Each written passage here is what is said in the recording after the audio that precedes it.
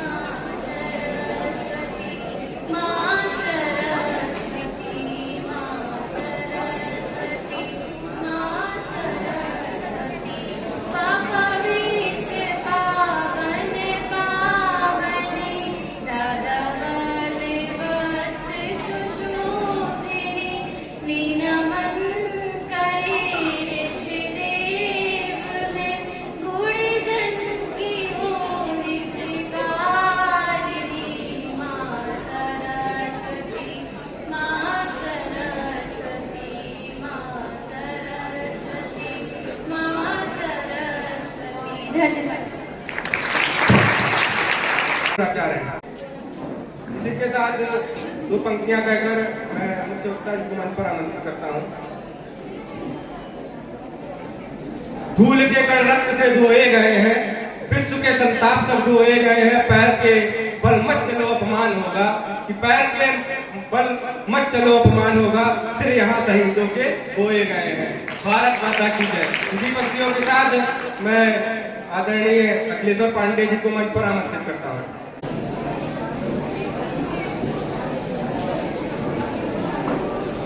शारदा शारदाम्भोजवदना वदनाम्बुजे सर्वदा सर्वदास्माकं सन्निधिं प्रियात् वर्णानाम् अर्थसङ्घानां रसानां छन्दसामपि मङ्गलानां च कर्तारौ वन्दे वाणी विनायकौ।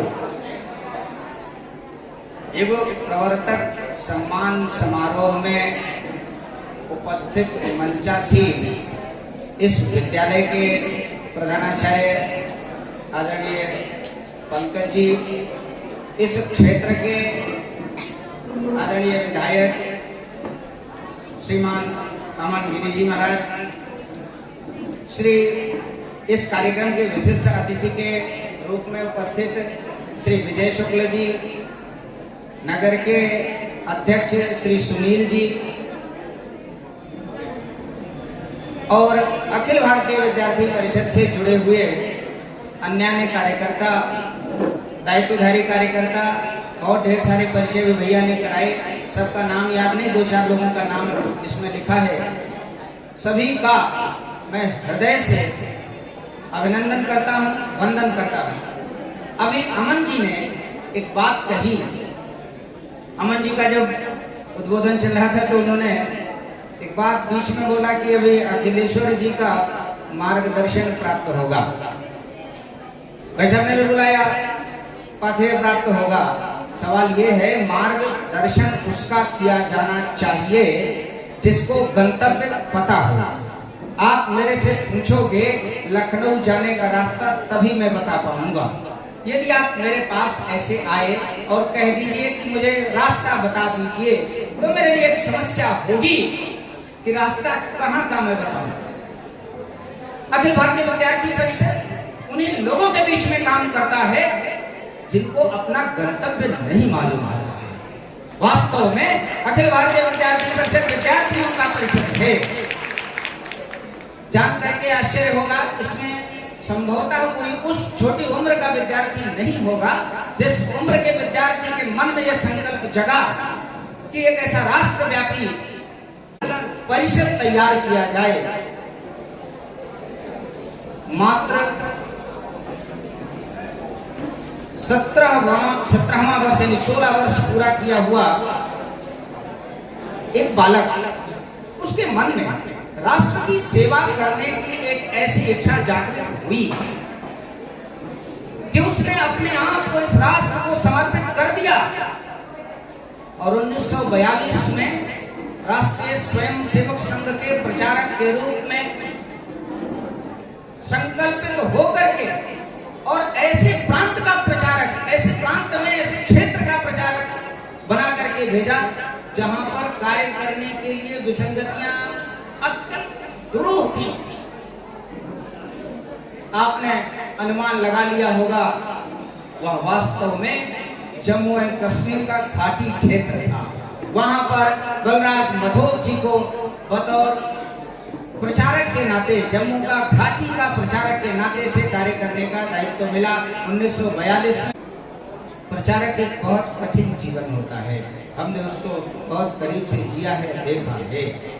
विद्यार्थियों, जिस राष्ट्र की कल्पना के लिए बलराज मधोक जी ने अपना जीवन समर्पित किया, उसकी नींव रखने वाले व्यक्ति,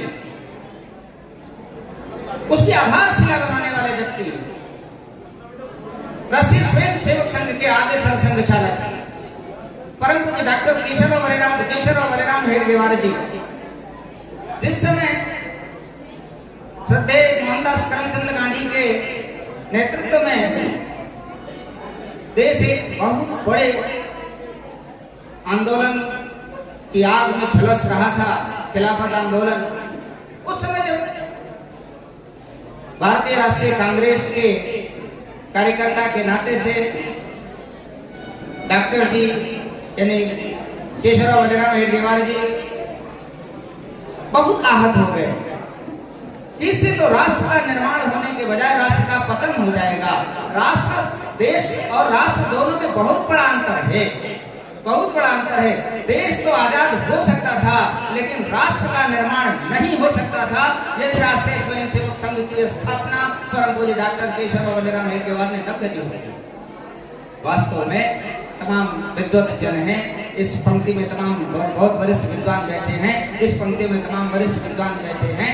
राष्ट्र की परिभाषा संस्कृति से संबंधित है, राष्ट्र देश भौगोलिक सीमा से संबंधित है, राष्ट्र संस्कृति से संबंधित है। यहाँ की संस्कृति को बचा के रखने का काम यदि राष्ट्रीय स्वयंसेवक संघ ने लिया, उसका एक आनुषंगिक संगठन, अभी भैया ने बताया, आपको डेट तो याद हो गई होगी, अखिल भारतीय विद्यार्थी परिषद की स्थापना 9 जुलाई 1949 को हुई। ये विद्यार्थियों में कार्य करने की आवश्यकता क्यों मान पड़ी? विद्यार्थियों में अखिल भारतीय विद्यार्थी परिषद जैसे संगठन की आवश्यकता क्यों मान पड़ी? उसका कारण था जिसको आप कहते हो लॉर्ड मैकाले, मैं डेमन मैकाले के नाम से संबोधित करता हूं। डेमन मैकाले की शिक्षा नीति, उस मैकाले की शिक्षा नीति लगभग 102 साल लगे उस शिक्षा नीति को पूरी तरीके से इंप्लीमेंट करने में, जिसका परिणाम विद्यार्थियों के व्यक्तित्व से कोई संबंध नहीं है, उसका ज्ञान से संबंध उसका नहीं है, चरित्र से उसका कोई संबंध नहीं है, उसका संबंध केवल और केवल प्रमाण पत्र से है। बस उस चीज की कहीं ना कहीं से कमी दिखाई पड़ रही थी।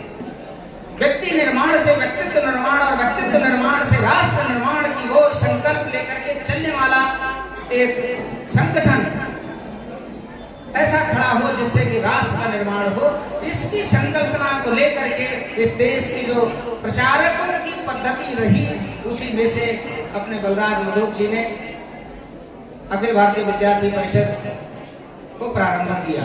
प्रारंभ भी बड़ी विपरीत परिस्थिति में हुआ। वो इसलिए नहीं प्रारंभ हुआ कि केवल विद्यार्थियों का कार्य करना है। राष्ट्रीय स्वयंसेवक संघ पर प्रतिबंध लग गया था। उस समय बलराज जी कार्य देख रहे थे कहाँ का, पूरे कश्मीर का, चूंकि देश का विभाजन हो चुका था, वो चर्चा का विषय नहीं है। वहां पर बहुत ज्यादा विसंगतियां थी, बहुत लोग मारे जा रहे थे, ट्रेन से डेड बॉडीज की, लाशों की गाड़ियां भर करके चली आ रही थी, पूरी पूरी गाड़ियों में एक लाश आती है, क्रंदन हो जाता है तुम्हारे परिवार में किसी का एक्सीडेंट होकर के, और पूरी पूरी की पूरी ट्रेन, बोगी, मालगाड़ी पूरी पूरी भर करके, लाशों से भर करके पाकिस्तान से हिंदुस्तान भेजी जा रही थी। उस समय जिस स्टेशन पर के लाशें उतारी जा रही थी, वहां पर अपना कार्य देख रहे थे राष्ट्रीय स्वयं सेवक संघ के प्रचारक बलराज बंदूक जी। आप कल्पना करो, यदि इस बात को केवल सोच लेंगे आप कि कितनी विभत्स स्थिति रही होगी। एक नहीं, ऐसे पूरी पूरी ट्रेन भर के लाशें उतर रही हों।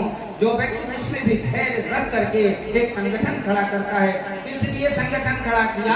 कि कुछ ज्ञान पैदा करेंगे, शील पैदा करेंगे, उससे हम एकता लेकर के आएंगे और इसका जवाब देंगे। हमने जवाब भी दिया है, ऐसा नहीं रहा कि हमने उसका जवाब नहीं दिया है।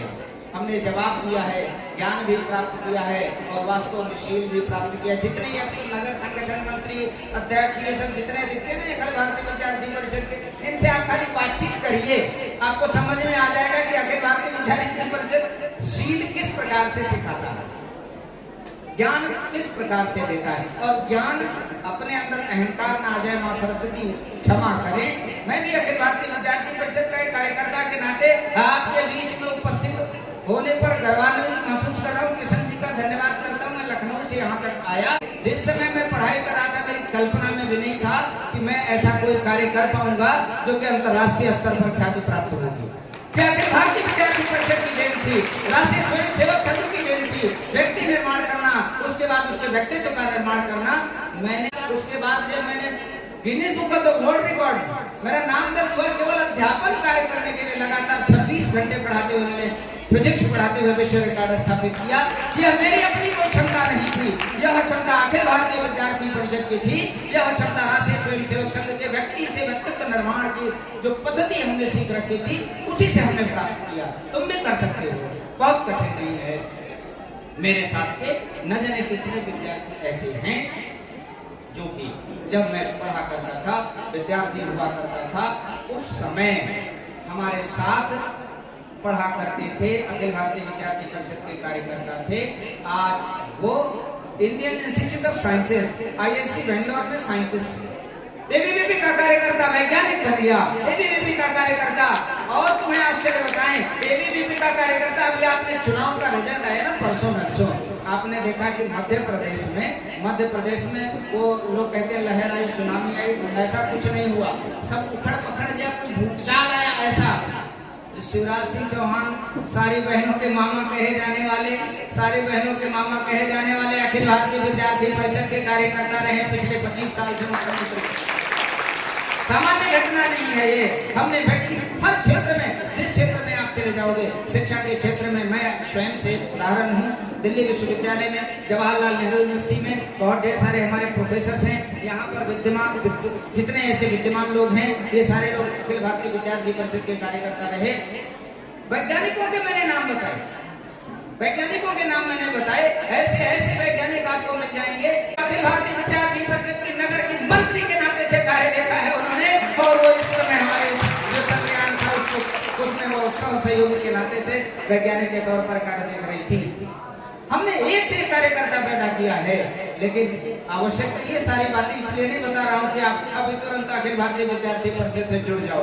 अखिल भारतीय विद्यार्थी परिषद को पढ़ो, जानो, उसको समझो और फिर अपने घर तक पहुंचाओ, फिर अपने आप जुड़ो। क्यों? क्योंकि जुड़ने के बाद अगर आपने घर तक नहीं पहुंचाया और जुड़ गए तो स्थिति कुछ गंभीर होगी। थोड़ा कड़वा बोलने जा रहा हूँ, बुरा लगेगा यहाँ के आयोजकों को, लेकिन अगर आपने अपने घर तक नहीं पहुंचाया तो स्थिति गड़बड़ ये होगी कि मंच पर केवल पुरुषों की पंक्ति दिखाई पड़ेगी। घर में अगर आपने अपने अखिल भारतीय विद्यार्थी परिषद को पहुंचाया तो जितने पुरुष होंगे उसमें कुछ न कुछ मातृशक्ति का प्रतिनिधित्व अवश्य पड़ेगा। क्या सरलता है? इसलिए पहले जुड़ने से पहले अखिल भारतीय विद्यार्थी परिषद को कहाँ ले जाना होगा? कहाँ ले जाना होगा? घर के अंदर ले जाना होगा। कहाँ ले जाना होगा? घर के अंदर ले जाना होगा। अपने परिवार को जोड़ना होगा, अपने परिवार के सदस्यों को एबीवीपी से जोड़ना होगा। अखिल भारतीय विद्यार्थी परिषद से जोड़ने के बाद व्यक्ति का निर्माण आपका हो चुका, इसलिए आपने अपने परिवार को जोड़ लिया। अब व्यक्तित्व का निर्माण करने के लिए आपको स्वयं तब जाकर के अखिल भारतीय विद्यार्थी परिषद से जुड़ना होगा। अखिल भारतीय विद्यार्थी परिषद वास्तव में विद्यार्थियों का ऐसा कार्य करता है, विद्यार्थियों के लिए यह कार्य करता है कि तुम्हें जो गुरुजी लोग पढ़ाते हैं ना, अध्यापक बंधु पढ़ाते हैं विद्यार्थी, ये लोग पढ़ाते हैं तो तुम्हें क्या बोलते हैं, ढंग से पढ़ो तो तुम्हारा रिजल्ट आ जाएगा, बोलते हैं ऐसा ना, ढंग से पढ़ो, वो मॉडल पेपर लगा लो नंबर आ जाएगा ना। अरे यार मैं भी अध्यापक हूँ, मैं ये बात क्यों तब बोलता हूँ जब एग्जाम पास आ जाता है। मैं बोलता हूँ ध्यान से सुनना मेरी बात को, मैं भी एक अध्यापक हूँ, वर्तमान में भी अध्यापक हूँ, मैं पढ़ाता हूँ यार, बच्चे वर्तमान में अध्यापक को ध्यान से सुनना मेरी बात को और कंठस्थ करना, अपने मन में मस्तिष्क में बैठाना। यदि तुम अपना सिलेबस पढ़ोगे, तुम अपना सिलेबस पढ़ोगे तो तुम उस कक्षा में टॉप कर जाओगे, बस इतना ही होगा ना। लेकिन भाई साहब ध्यान से सुनना, मजा आ जाएगा। यदि तुम सिलेबस के अलावा सारी पुस्तकों का अध्ययन करोगे तो दिल्ली विश्वविद्यालय में चलने वाली जो एस रामानुजन की किताब थी, जिसने पढ़ाना प्रारंभ कर दिया था, माँ भगवती सीता के अवैध संबंध थे लक्ष्मण से, इसका अध्ययन किसी दूसरे व्यक्ति ने नहीं किया था।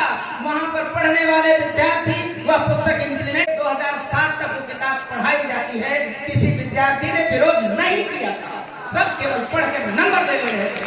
लेकिन अखिल भारतीय विद्यार्थी परिषद के कार्यकर्ताओं का जब वहां पर हमारी बसंत कुंज इकाई का गठन हुआ, उसके बाद विद्यार्थियों ने पढ़ा, होश उड़ गए।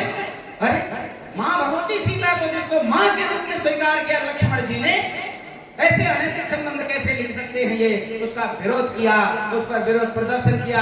हम जैसे कार्यकर्ताओं ने मंचों से बोलना प्रारंभ किया, तमाम अन्य कार्यकर्ताओं ने विरोध किया, हाई कोर्ट में उसका केस हुआ, वह किताब वापस हुई, पाठ्यक्रम से डिलीट हुई। यदि आप चाहते हो कि राष्ट्र का निर्माण हो तो आपको अपनी पुस्तकों से हट करके भी कुछ पढ़ना होगा, आपको अपनी पुस्तकों से हट करके, पाठ्यक्रम से हट करके भी कुछ पढ़ना होगा। वास्तव में अभी मैंने एक बात तुम्हें बताई कि वो Guinness book of the world record में मेरा नाम दर्ज है, लगातार 26 घंटे पढ़ाने के लिए। वो Guinness book of the world record में नाम दर्ज है, लगातार 26 घंटे पढ़ाने एक छोटी बात है। बड़ी बात यह है ना, जो राष्ट्रीय स्वयं सेवक था, एक जो संकल्प शक्ति मेरे मन में जगी, और अध्यापक बंधु इस बात को बहुत अच्छे तरीके से समझ सकते हैं।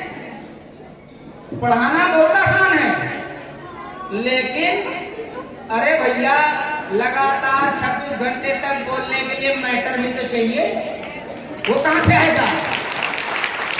हमारे गुरुजी लोग हैं, सभी जानते हैं, पढ़ाने से पहले आपको पढ़ना पड़ता है, हमको भी पढ़ना ही पड़ता है। लेकिन एक लेक्चर में एक अध्यापक खड़ा होता है, पूरी फिजिक्स का 100% रिवीजन IIT और नीट के बच्चों को करा करके तब दम लेता है, इसके नाते उसका पूरा पाठ्यक्रम तैयार। ऐसा तो तभी हो पाए। आपसे निवेदन करूं, आप विद्यार्थीगण हैं, आपके परीक्षा से पहले, एग्जामिनेशन से पहले अभी तक जो चर्चा अभी तक मैंने करी वो अखिल भारतीय विद्यार्थी परिषद की रही। अब कुछ बातें आपके काम की। विद्यार्थियों ध्यान से, हम कैसे इतना बड़ा संचय अपने मस्तिष्क में कर सकते हैं कि जब एग्जाम आए तो हमारे दिमाग में कंसेप्ट्स की, यानी तथ्यों की, और जो आपका पाठ्यक्रम है उसके अनुरूप जितने भी आपके पाठ्यक्रम में विषय वस्तु है उसकी बाढ़ आ जाए। जैसे बाढ़ कभी देखी ना हो तो वीडियो वगैरह में तो देखा ही होगा, बाढ़ आती है तो घर के सारे वस्तुएं तैरने लगती हैं, सब सामान ऐसे तैरने लगता है। परीक्षा के आने के समय आपका पूरा पाठ्यक्रम आपके मस्तिष्क में वैसे ही तैरना चाहिए। वो कैसे तैरेगा, उसका भी साधन है। ऋषि परंपरा का पालन करोगे तभी विद्यार्थी बन पाओगे, ऋषि परंपरा का पालन करोगे तभी विद्यार्थी बन पाओगे। और वो बाढ़ नहीं, उसी में सैलाब आ जाएगा तुम्हारे मस्तिष्क में पाठ्यक्रम का, नई चीजें अपने आप से प्रस्फुटित होने लग जाएंगी। उसका साधन, बिना साधन के साधना संभव नहीं है। और उसके लिए सबसे अत्यंत आवश्यक है आपके अंदर बल होना। वह बल जो है ना, बल हनुमान चालीसा की वो लाइन पढ़ते हैं ना, बल बुद्धि विद्या देहु मोहि हरहु कलेश विकार। वो बल जो है 3 प्रकार का होता है। फिजिक्स वाला मास्टर बोल रहा है बल जो है ना वो 3 प्रकार का होता है। वो mechanical force non mechanical force की बात इधर नहीं कर रहे, इधर बात कर रहे हैं सबसे पहला बल है आत्म बल, विल पावर। आपकी संकल्प शक्ति होनी चाहिए, आपकी संकल्प शक्ति होनी चाहिए कि मैं ये करके तभी दम लूंगा। दूसरा बल है जब आपका आत्मबल या मनोबल मजबूत होगा तभी आप तपस्या कर पाओगे। तपस्या का मतलब ये नहीं कि ये वाली तपस्या करोगे तो मोक्ष को प्राप्त करोगे, लेकिन जिस लक्ष्य के लिए आप लगे हो ना उसके लिए तपस्या है आपका अध्ययन। और उसको करने के लिए, वह तपस्या करने के लिए आपका तपोबल अर्जित हो, उसके लिए आवश्यक है सबसे पहले आपका मनोबल। मनोबल को मजबूत करो तो तपोबल अपने आप सेट हो जाएगा। और जब आपका तपोबल सेट हो जाएगा तो आपका वास्तविक में जिसे आप बाहुबल कहते हो, जिसके कारण से आप अपने पाठ्यक्रम की परीक्षा में विजय प्राप्त कर सकते हो, वो सो अपने आप से जागृत होगा और अपने आपके शरीर में, आपके मस्तिष्क में संचित होकर के आपको बलवान बनाएगा। तीनों बल आपको प्राप्त होंगे। लेकिन इन तीनों बलों के लिए सबसे प्रारंभिक बल जो बताया मनोबल, आपकी इच्छा शक्ति होनी चाहिए। और वो इच्छा शक्ति लाने के लिए क्या करना होगा, उसके और बैकग्राउंड में एक कदम पीछे जाओ। प्रातः काल उठ गए रघुनाथा, माता पिता गुरु नाम महिनाथा। जो सुबह सुबह अपने माता पिता के चरण स्पर्श करता होगा वही सामान्य सा दिखने वाला कार्यकर्ता, अयोध्या नगरी में खेलने वाला बच्चा, विश्व विजेता, विश्व का सबसे बड़ा श्रेष्ठतम वैज्ञानिक, रावण जैसे व्यक्ति के ऊपर विजय प्राप्त कर सकता है। उसका साधन प्रारंभ काल से वहीं से सीखना पड़ेगा। कहां से? सबसे पहले उठेंगे तो हस्त दर्शन करेंगे, फिर धरती माँ को प्रणाम करें। हमारा हाथ, इसमें सभी देवी देवताओं का, समस्त तीर्थों का वास है। कराग्रे वस्ते लक्ष्मी, कर मध्य सरस्वती, कर मूले गोविंदा, प्रभाते कर दर्शनम। इसमें हमारे हाथ में सबका, सभी देवी देवताओं का, संपूर्ण ब्रह्मांड का वास है। इसका दर्शन किया, फिर अपना चरण पृथ्वी पर रखें। उससे पहले हमने धरती माँ को प्रणाम किया। समुद्र वसने देवी पर्वत अस्तन मंडले विष्णुपति नमस्तुभ्यं पादस्पर्श क्षमस्व में हमने धरती माँ को प्रणाम किया।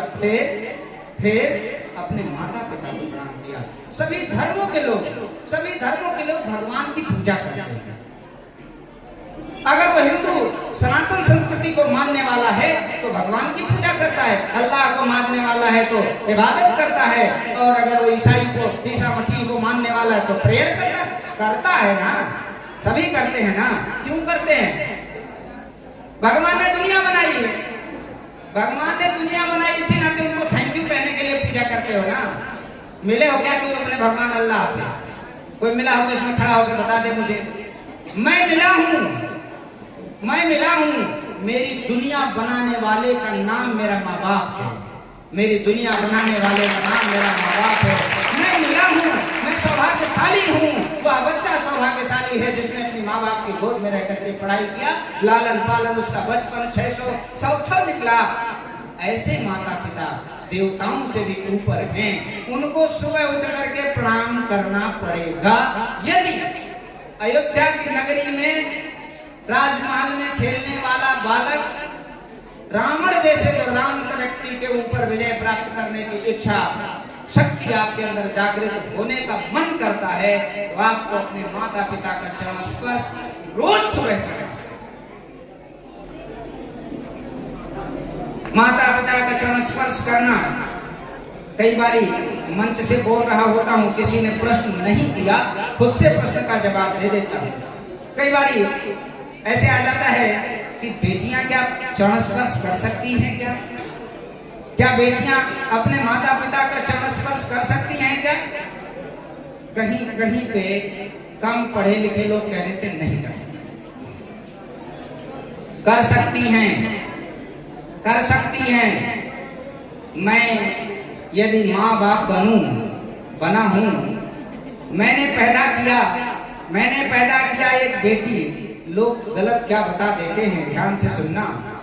सबको समानता का अधिकार है, गलती नहीं होनी चाहिए। बता क्या देते हैं, बेटी देवी का स्वरूप है, बेटी देवी का स्वरूप है, इसलिए उसे पैर नहीं छूने देना। बेटा हम ही ने पैदा किया, अगर बेटी देवी है तो क्या बेटा राक्षस हो गया क्या? मैंने ही पैदा किया, अगर बेटी देवी है तो बेटा देवता है। होना भी चाहिए। अब सुनो दूसरी बहुत बड़ी विडंबना है, बेटियों को पैर छूने से मना क्यों कर दिया? पहले पैर क्यों छूते इसे समझ लें, फिर उसके पीछे का बहुत निकृष्ट कारण है, उसका बहुत गंदा कारण है, बर्दाश्त नहीं होता है। बीच में विसंगतियां हमारी संस्कृति में आई, जिसको सुधार करने की आवश्यकता जब पड़ी तब कुछ लोग खड़े हुए। पैर कैसे छूना चाहिए? अपने आचार्यों का सबका पैर भी नहीं छूना चाहिए, और न सबसे अपना पैर छुआना चाहिए, ये भी सुन लीजिए। और अनावश्यक रूप से, जैसे कुछ लोग आजकल पैर छूते ना, तो ऐसे मान लो ऐसे पैर छू लेते हैं, ऐसे ना करो, झापड़ मार दो मंजूर है, आप अपना नुकसान कर देते हैं। जरा ध्यान से समझना, पैर छूना कैसे है। पैर छूना, जो छूने वाला है उसे हम याचक कहेंगे, वह कुछ प्राप्त करना चाहता है, और जो पैर जिसका छुआ जा रहा है वह दाता है। याचक और दाता दो लोग हुए, जिसका पैर छूना है वह दाता है, जो पैर छू रहा है वह याचक है। ध्यान से समझिएगा, सभी विद्वत जन हैं, कुछ आपको अपने बच्चों को बताने की चीज मिल जाएगी। अग्नि पुराण ऋग्वेद से निकली हुई यह विधा ऋषि परंपरा की है, सबको सीखना चाहिए। धर्म से इसका कोई संबंध नहीं, विज्ञान का विद्यार्थी हूँ, प्रयोग करने का प्रमाण पत्र समेत एकदम प्रमाण दूंगा, जाके करना। ध्यान से सुनना, पैर कैसे छूना है। जो याचक है उसकी मध्यमा उंगली, दोनों हाथ की मध्यमा उंगली दोनों पैर के अंगूठे को स्पर्श करेगा दाता के, यानी कि मैं यदि पैर छू रहा हूँ गुरुजी का, तो गुरुजी के दाहिने पैर के अंगूठे को मेरे दाहिने हाथ की मध्यमा उंगली स्पर्श करेगी, और बाएं पैर के अंगूठे को बाएं हाथ की मध्यमा उंगली स्पर्श करेगी। यदि याचक पुरुष है तो दाहिना हाथ ऊपर से जाएगा, और अगर याचक यानी याचिका है, स्त्री है, बालिका है, तो उसका बायां हाथ ऊपर से जाएगा। दाहिना, फिर से सुनना, दाहिने हाथ की मध्यमा उंगली दाहिने पैर के अंगूठे को स्पर्श करेगी, बाएं हाथ की मध्यमा उंगली बाएं पैर के अंगूठे को स्पर्श करेगी। और यदि याचक पुरुष है, बालक है, वो पैर छू रहा है तो दाहिना हाथ ऊपर से, और बालिका है, स्त्री है तो बायां हाथ ऊपर से। इस प्रकार से मुद्रा बनाएंगे। आशीर्वाद देने वाले को मुद्रा कैसे बनानी है, यह जो बीच वाला हिस्सा जिसे हम हथेली का गदेली बोल देते हैं, यह याचक के वहां पर रखा जाएगा जहां पर बाल बीच में गोल गोल घुमा हुआ होता है, जहां चोटी रखते हैं, उस स्थान पर आशीर्वाद मुद्रा में वो रखेंगे, उसके सिर पर रख देंगे। जिस किसी के मां ने दूध पिलाया हो, चैलेंज करता है, 180 श्वास से ज्यादा इस मुद्रा में यदि खड़ा रह जाए कोई दाता, अभी तक का जितना प्रयोग किया 180 सांस अधिकतम खड़े रह पाए, वो भी कौन जो कि इस समय वर्तमान में जो हमारा राम जन्मभूमि तीर्थ क्षेत्र ट्रस्ट के अध्यक्ष रहे श्री नृत्य गोपाल दास जी महाराज, वो 180 श्वास तक खड़े रह पाए इस आशीर्वाद मुद्रा में। बहुत बड़े योगिक पुरुष हैं। सामान्य पुरुष स्त्री 10 सांस, 12 सांस, 15 सांस लग जाएंगे। भयंकर इलेक्ट्रोमैग्नेटिक एनर्जी से, फिजिक्स वाली बात सुनना, इलेक्ट्रोमैग्नेटिक एनर्जी से एनर्जी ट्रांसफर होती है। यह जो दाता है, जो दे रहा है, इसके बॉडी में there are 6 magnetic centers in our body, हमारे बॉडी में, हमारे शरीर में 6 चुंबकीय केंद्र हैं, जिनको हम मूलाधार, स्वादिष्ठान, अनाहत, आज्ञा, ऐसे अनाहत चक्र से सहस्त्रार तक ले जाते हैं। यह 6 केंद्र जिनको हम लोग कुछ लोग 6 चक्रों के नाम से भी जानते हैं, ध्यान से सुनना, वहां से निकलने वाली मैग्नेटिक फील्ड लाइंस, हमारी बॉडी से निकलने वाली मैग्नेटिक फील्ड लाइंस, यदि पुरुष है तो उसकी बॉडी से मैग्नेटिक फील्ड लाइंस निकलती हैं सिर से दाहिनी तरफ, और अगर वह स्त्री है तो बाईं तरफ। इसी नाते से बताया पुरुष का हाथ किधर होना चाहिए, दाहिनी तरफ, और स्त्री का हाथ किधर होना चाहिए, बाईं तरफ। पैर छूने की प्रक्रिया समझ में आ गई होगी, आई है कि नहीं आई है बोलो। अरे बच्चों, तुमसे पूछता हूँ विद्यार्थीगण, तुम्हें पैर छूने की प्रक्रिया समझ में आई कि नहीं आई? खड़ा करूं किसी को, बता ले जाओगे क्या? अरे बताना नहीं, खड़े बैठे रहो, खड़ा होना नहीं है। आज से ही जाकर के वहां पर अपने घर पे ये कार्य प्रारंभ कर देना है। आज की रात सोने के बाद जब कल सुबह जगे तो घर के लोग पूछे कहाँ गए थे कल भैया, इतना बड़ा परिवर्तन हुआ। एबीवीपी के युग प्रवर्तक सम्मान समारोह में गए थे, वहां हमको सुनने को मिल गया था, वहां हमको सुनने को मिल गया था। कई बार छोटे विद्यार्थी व्यसन में पड़ जाते हैं, सिगरेट पीने लगते हैं, मसाला खाने लगते हैं, दारू पीने लगते हैं, पता नहीं क्या क्या करने लगते हैं। ऐसा करने वाला एक विद्यार्थी तुम मेरे पास ले आओ, माता पिता का, अपने आचार्यों का, अपने गुरुओं का, अपने अग्रजों का, अगर वह चरण स्पर्श करता है, गलती से भी किसी व्यसन में नहीं पड़ेगा। अरे गलत व्यसन की तो बात छोड़ो, अच्छी चीजों की आदत ऐसी नहीं होगी कि उसके नियंत्रण में ना हो।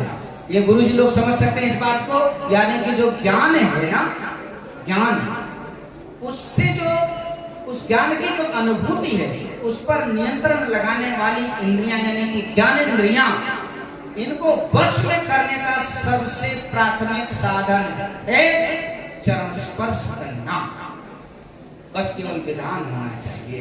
अब नहीं कर पा रहे हो, अगर मान लो ऐसी अवस्था में हो, मान लो मैं जूता पहना हूं, कोई बच्चा झुकेगा पैर छूने के लिए तो रोकता हूं, रुक जा, या तो मैं जूता निकालूं और या तो फिर तुम क्या करो, दंडवत करो मेरे सामने, मेरे शरीर की आधी लंबाई के से दूर होकर के दंडवत लेट जाओ, और फिर मैं आशीर्वाद मुद्रा में खड़ा हो जाऊंगा।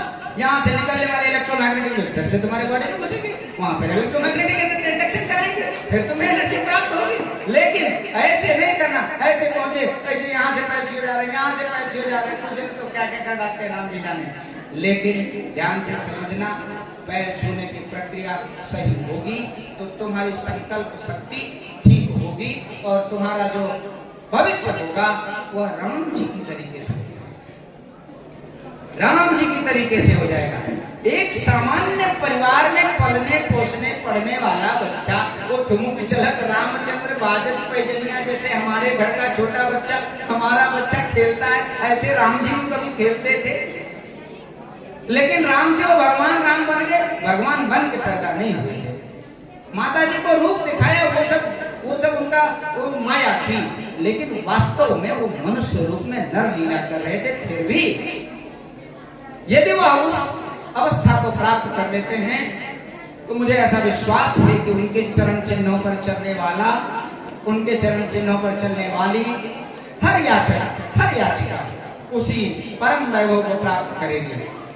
मैं व्यक्तिगत तौर पर एकदम गांव से निकला हुआ, गोंडा और बस्ती जनपद के बॉर्डर पर बगनान एक क्षेत्र, निहायत पिछड़ा हुआ क्षेत्र, वहां से निकल करके बचपने में गाय चराई है मैंने। बचपने में गाय चराने की प्रक्रिया से कुदाल लेकर के खून गोड़ा है खेत का, वहां से सफर प्रारंभ होता हुआ भारत के शीर्षस्थ विश्वविद्यालय में पढ़ाई करने के बाद विश्व के शीर्षस्थ संगठन अखिल भारतीय विद्यार्थी परिषद का कार्यकर्ता बन गया। यह केवल और केवल राम जी के चलने से ही प्राप्त हो सकता है। इसका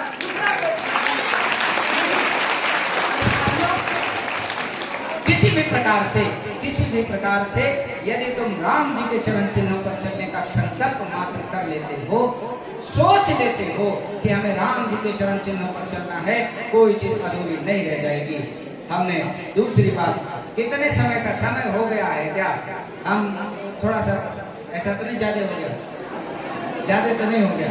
देखो भाई, कसम धरने की बात बता रहा हूं ना। देखो, हर प्रकार की आस रोक सकते हो। तुम्हें प्यास लगे, पानी नहीं पियोगे, भूखास लगे, भोजन नहीं करोगे। लेकिन अगर मेरी वाली आस लग गई, क्या लगी है मुझे? कहास लगी। अगर कहास लगी, मन में बात आई, मैं जब आया ना भाई साहब एबीवीपी के साथ साथ कुछ विद्यार्थीगण हैं, उनको भी कुछ बताइएगा। तो अब वो मन में आया तुम्हारे मैं विज्ञान का विद्यार्थी हूँ, विज्ञान की बात को जोड़ करके मैं भारतीय संस्कृति में वेदों में विज्ञान इस पर मैं संगोष्ठी किया शीर्षस्थ विश्वविद्यालय में। मैंने वहां पर हिंदी को पूरे विश्व में दूसरे पायदान पर, दूसरे स्थान पर पहुंचाने का कार्य किया अपनी वाणी से। मां भगवती की कृपा से, सभी गुरुजनों के आशीर्वाद से यह संभव हो पाया था। आप भी वैसा कर सकते हो, बिल्कुल कर सकते हो। अखिल भारतीय विद्यार्थी परिषद गरीब विद्यार्थियों के लिए, ऐसे विद्यार्थी जिनके माता पिता आर्थिक रूप से कमजोर हैं, उनके लिए एक प्रकल्प चलाता है। अभी अखिल भारतीय विद्यार्थी परिषद का कोई कार्यकर्ता आएंगे तो आपको यहाँ के क्षेत्र के बारे में बताएंगे। उसका नाम है स्वामी विवेकानंद अध्ययन केंद्र, ऐसा करके चलता है। यहाँ भी कहीं होगा, नहीं होगा तो मैं निवेदन करता हूँ यहाँ के मंत्री और अध्यक्ष लोगों से, यहाँ भी प्रारंभ करें, वहाँ मैं आऊँगा। ऐसे विद्यार्थी जो किसी कारण से शुल्क के अभाव में ठीक से पढ़ाई नहीं कर पाते हैं, उनको फ्री ऑफ कॉस्ट कोचिंग देने का काम, क्योंकि हमारी कोचिंग चलती है। नाम पर्याप्त है भाई साहब, लोगों ने केवल अमन जी ने नाम सही बोला था, अखिलेश्वर नाथ पांडे। अगर वो नाम गूगल में सर्च करोगे तो मैं हमारी कुंडली मिल जाएगी, इतिहास गूगल सब मिल जाएगा कौन आदमी बोल रहा था। मैं तुमसे वचन देता हूँ, यदि कोई विद्यार्थी यहाँ पर बैठे हुए जितने लोग हैं, जितने लोग जहां तक मेरी आवाज जा रही है, सबसे मैं वचन देता हूँ, यदि कोई विद्यार्थी आर्थिक कमजोरी के कारण पढ़ाई में पीछे रह रहा है, विशेषतः मैं चूंकि इंजीनियरिंग और मेडिकल की तैयारी कराता हूं, आईआईटी और नीट की कोचिंग कराता हूं, ऐसा विद्यार्थी जो कि पैसे की वजह से आईआईटी या नीट की तैयारी नहीं कर पा रहा है, अपने संगठन मंत्री या अध्यक्ष जी से लिखवा करके ले आना, निःशुल्क पढ़ने को मिलेगा। रहने खाने की व्यवस्था कर लेना, रहने खाने की व्यवस्था कर लेना, पढ़ाई पूरी माफ होगी।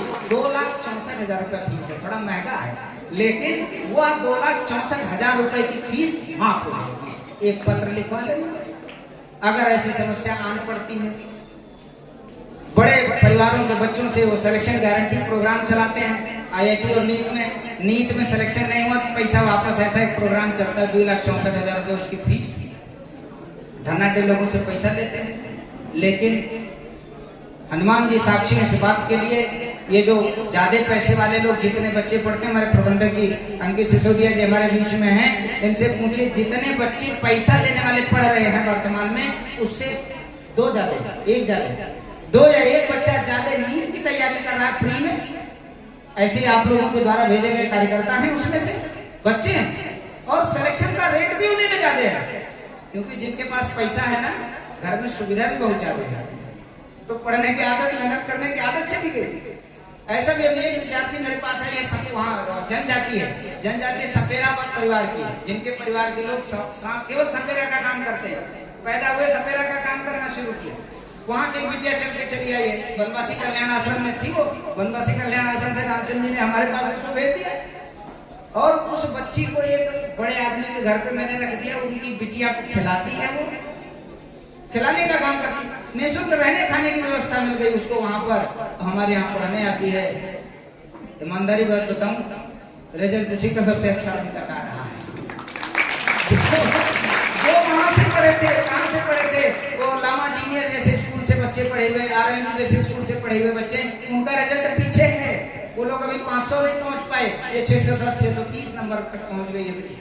सिमरन नाम है उसका, सपेरा जाति की परिवार की है। आपसे भी आग्रह करता हूँ, ऐसे जो गरीब परिवार के हों, ध्यान रखना, हर आदमी, चूंकि हिंदुस्तान में ऐसी व्यवस्था है ना कि फ्री का मिल रहा कुछ भी ले लो।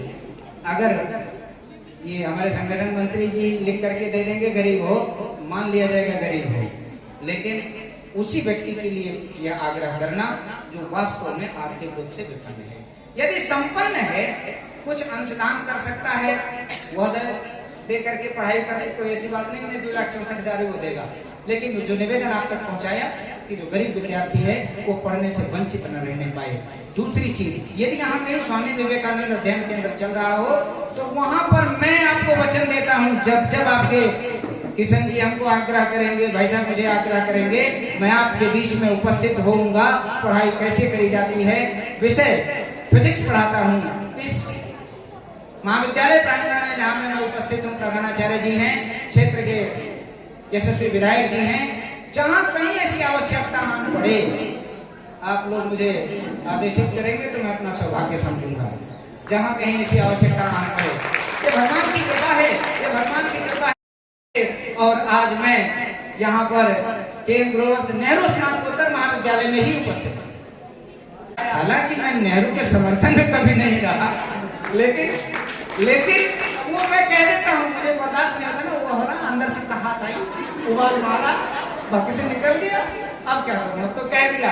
कई बार इस पर हमारे ऊपर केस भी हुआ, लेकिन ठीक है, कोई ऐसी गाड़ी शब्द नहीं बता, मैं उनकी विचारधारा को स्वीकार नहीं करता हूँ, मैं उनका समर्थन नहीं करता हूँ। मुझे ये बात कहने का अधिकार है और कहता रहूंगा। यदि पंडित नेहरू इस देश के प्रधानमंत्री न बने होते तो यह देश सोने की चिड़िया था और रह गया होता, क्योंकि उस समय $1 बराबर $1 था, ऐसा ही था ना, $1 बराबर $1 था। अमन जी, $1 $1 बराबर था 1949 में, और आज समझ ही सकते हो शायद $78। तो वो उन्हीं की गंदी नीतियों का परिणाम था। अगर सरदार वल्लभ भाई पटेल जी इस देश के यशस्वी प्रधानमंत्री बने होते, प्रधानमंत्री बने होते, तो संभवतः हमारे नरेंद्र मोदी जी को इतनी योजनाएं चलाने की जरूरत ही न पड़ती।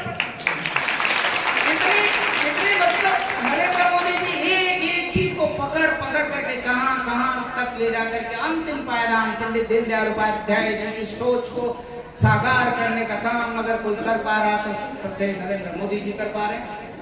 अभी भाई साहब ने एक बात का स्पष्टीकरण दिया था कि अखिल भारतीय विद्यार्थी परिषद भारतीय जनता पार्टी का संगठन नहीं है। मैं दावे के साथ कहता हूं नहीं, लेकिन समर्थन इसलिए करना पड़ता है। मैं अभी घोष लगाऊं भारत माता की, कुछ जने के मुंह से जबरदस्ती निकला ना जय, ये वाला घोष दूसरे किसी मंच से अगर आ जाए तो हम उसका झंडा उठाएंगे, हम बोलेंगे वंदे, आवाज आएगी वंदे वंदे वंदे वंदे वंदे वंदे भारत माता की। जिन मुंह से मैंने चेहरों को पहचाना है, जहां से नहीं निकली है ये आवाज हमारे के बदले में, वे लोगों की जो संगठन बनाई हुई पार्टी हो, वह जब बोलना शुरू कर देंगे, हम उनके पीछे उनका झंडा लेकर चलना शुरू कर देंगे। हमने व्यक्तित्व का निर्माण किया, हमने व्यक्ति का निर्माण किया, तो हम गड्ढे में नहीं जाने देंगे।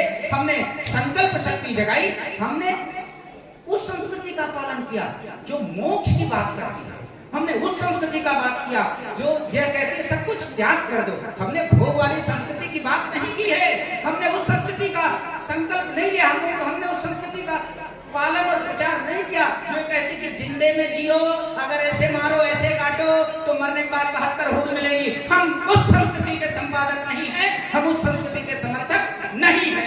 स्पष्ट करते हैं, जो व्यक्ति जो संगठन, जो राजनीतिक दल हमारी विचारधारा का समर्थन करेगा, हम उसका समर्थन करने के लिए तैयार होंगे। ऐसा आप भी मानते हैं, ऐसा सब जैसा कि मैं मानता हूं। मेरे साथियों, बहुत देर हो गई, तुम्हारी सबकी निगाहें ये कह रही हैं मैं कुछ और बता चाहूं, लेकिन ध्यान से सुनना, ये मेरी झेलाने की आदत है, मैं ऐसे झेलाता रहता हूं। अब तो समझ में आ गया होगा 26 घंटे कैसे पढ़ाया होगा। ध्यान रखना, 26 घंटे पढ़ाने के बाद आपस में जैसे वो बच्चा तेज दौड़ा तो लोग कहते हैं ना कंपटीशन करो, देश में बड़ा कंपटीशन है। अरे हम कंपटीशन की बात नहीं करते भाई, हम प्रतिस्पर्धा की बात नहीं करते। छोड़ो, प्रतिस्पर्धा क्या चीज होती है, मैं अनुस्पर्धा की बात करता हूँ, मैं सेल्फ टीचर की बात करता हूँ, अपने से कंपटीशन करना। मैं पिछले टेस्ट में 20 में से 18 नंबर पाया था। अब की बार वाले टेस्ट में मैं 19 साढ़े 19 लेकर के कैसे आऊं, इसकी योजना बनानी पड़ेगी आपको, इसकी योजना बनानी पड़ेगी यदि आप अपने अंदर विकास चाहते हैं। इसमें किसी संगठन की आवश्यकता नहीं है। मेरे साथियों, हम इस समय जिस क्षेत्र में खड़े हैं, यह बहुत पुण्य क्षेत्र है, इसको छोटी काशी भी कहा जाता है। हम भगवान शंकर की पुण्य भूमि गोकर्ण नाथ के परिक्षेत्र में खड़े हैं। भगवान शंकर रावण की तपस्या से बहुत प्रसन्न हो गए। उन्होंने कहा क्या चाहते हो? कहा मेरे साथ चलो। कैलाश से लेकर के जाने लग गए, कैलाश से लेकर के लंका जाने लग गए। तब तक देवता लोग घबरा गए कि अब कैलाश का अस्तित्व तो कैसे रहेगा, कैलाश का अस्तित्व तो कैसे रहेगा। निवेदन किया, विष्णु भगवान गणरीय का रूप धारण करके आ गए बीच में। वह स्थान जब गणरीय का रूप धारण करके आए, गणरीय का रूप धारण करके आए तो यही कहीं भूतनाथ मंदिर भी है। भूतनाथ मंदिर, हाँ इधर कहीं में दिशा भ्रम है, भूतनाथ मंदिर भी है। उस कुएं के पास में वो गणरीय का रूप धारण किए हुए भगवान विष्णु मिलते हैं। किससे? महाराज रावण से। और दैवीय शक्ति की प्रेरणा से महाराज रावण को लघु शंका लग जाती है। वो पकड़ा देते हैं गणरीय को, जरा इसको पकड़ लो, ये भाई हमारा शिवलिंग थोड़ा देर के लिए पकड़ लो और मैं जरा लघु शंका से निवृत्त होकर के आता हूँ, फिर मैं ले जाऊंगा। गणरिया को देर तक पकड़ा ना, जब साक्षात नारायण प्रकट हो गए तब क्या होगा? कहा पकड़ो जल्दी से, हमको दिक्कत है। अरे रुक जा भाई, अब बोल तो सकता नहीं। अब यहाँ तो मशीन चालू है, बंद ही नहीं हो रहा है। रावण को परेशानी हो रही थी, रावण को परेशानी हो रही थी। महाराज रावण के धिक्कारने के बाद, क्रोध भर कर हुंकारने के बाद गणरीय ने रखा नहीं शिवलिंग को। उन्होंने कहा गर्जना किया, बैठे बैठे छोड़ दिया। कहा तुम्हारे हुंकारने से गिर गया मेरे हाथ से। जब वह शिवलिंग गिरा, रावण लघु शंका से निवृत्त होकर के क्रोध में भर करके भगवान शंकर के ऊपर अपने अंगूठे से जोर से दबाया। वो पाताल में जाने लगे। भगवान विष्णु ने गणरीय का रूप धारण किया। भगवान विष्णु ने उनके बगल में पैर लगाया, संभाल दिया। नीचे जाने से वो अर्घा बन गया और जो अंगूठे का दबाव था उससे गौ के कान के आकार का शिवलिंग बन गया। वो गोकर्ण नाथ इस प्रकार से जिस भूमि पर हम हैं, बोले गोकर्णनाथ भगवान की। ऐसे गोकर्णनाथ भगवान के पुण्य क्षेत्र में आप जीवित रहते हैं, आप पलते हैं, बढ़ते हैं, यह सौभाग्य आपकी है। आपसे निवेदन करूं, महीने में, सप्ताह में जब अवसर मिले तो आप दर्शन किया करें। एक बार यहाँ के चैती मेला में भी मुझे आने का अवसर मिला था। कुछ संगठन, मेरा ख्याल है 2012 या ऐसे, हाँ 2012 की घटना है। उस समय मुझे बुलाया गया था यहाँ के लोगों को संबोधित करने के लिए। तब भी मैंने निवेदन किया था। वो निवेदन शायद अभी स्वीकार हुआ कि नहीं हुआ। यहाँ का गोकर्णनाथ का कॉरिडोर बनने वाला कार्यक्रम शुरू हो गया, क्या प्रारंभ हो गया है। 2012 में मैंने निवेदन किया था, 2012 में मैंने निवेदन किया था। अब आपसे निवेदन करता हूँ मेरे साथियों, एक विद्यार्थी जो मेरे सामने बैठा है और जो मेरे दाहिनी तरफ विद्यार्थियों की झुंड दिखाई पड़ रही है, और विद्यार्थियों को एक कच्ची मिट्टी से लेकर के मजबूत, लोहे से भी मजबूत फौलाद बना देने वाले अध्यापक बंधु और संगठन के अन्य वरिष्ठ कार्यकर्ता, सबसे निवेदन करूं, इन विद्यार्थियों के व्यक्तित्व के विकास के लिए अखिल भारतीय विद्यार्थी परिषद के द्वारा चलाई जाने वाली जितनी योजनाएं हैं, इन विद्यार्थियों तक पहुंचे, इसके लिए आवश्यक है ये जिन विद्यालयों से आए हैं, इनके विद्यालयों में 1-1.5-2 महीने के अंदर ही इकाइयों का गठन हो जाए, अच्छा रहेगा। बोलो चाहते हो जाए कि नहीं चाहते? अरे विद्यार्थियों से पूछता हूँ, तुम्हारे गठन चाहते हो कि नहीं चाहते हो? चाहते हो? हाथ उठाओ जरा। हाँ देख, इधर वाले नहीं चाहते हैं क्या? वो देखो कुछ मिला हथवा से नीचे कर। अरे बाप रे बाप, अरे राम, ठीक बात है। आपके विद्यालय में किशन जी और जो यहाँ के भी संगठन मंत्री अध्यक्ष महोदय होंगे, मैं आपसे निवेदन करता हूँ किशन जी, हर विद्यालय में विद्यालय की इकाई का गठन हो जाना चाहिए। फिर उसके बाद क्या करना है तय किया जाएगा, फिर मुलाकात होगी। मैं मां शारदे के चरणों में प्रणाम करता हूँ और इस धरती को प्रणाम करता हूँ। आप सभी के माता पिता को प्रणाम करता हूँ। अपने आराध्य हनुमान जी को प्रणाम करते हुए अपनी वाणी को विराम देता हूँ।